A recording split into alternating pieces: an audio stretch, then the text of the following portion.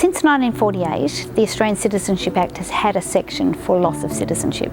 But it was quite narrow. There are quite specific ways in which one can be stripped of one's citizenship. But in December 2015, the government decided to introduce into what it called its toolkit for dealing with terrorism provisions to do with the stripping of citizenship.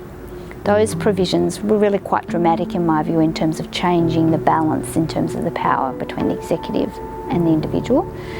And it is those changes that are now being proposed to be amended to deal with some of the criticisms that had been shared at the time that they were initially introduced.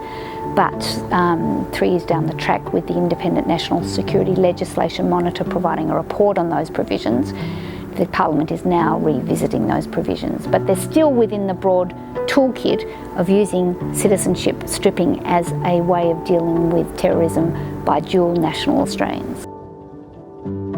There certainly are some significant peculiarities under the existing law where citizenship can be removed automatically by operation of law without anyone even knowing about it in certain circumstances. So the latest proposals are an improvement on that. They'd involve a minister's determination, but the criticism goes that at that point natural justice doesn't apply, and so to some extent the powers exercised with blindfold and earmuffs on, and the individual may not even be notified of that in some situations for up to 6 years.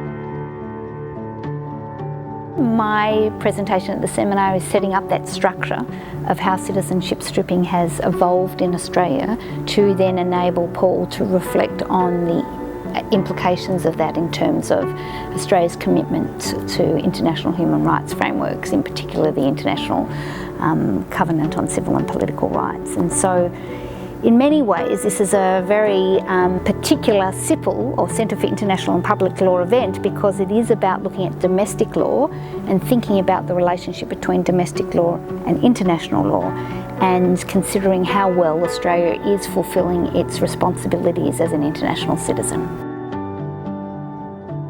This is about finding the right balance between protecting Australia against the Australian public against really very real terrorist threats on the one hand, and upholding the rule of law and supporting human rights on the other.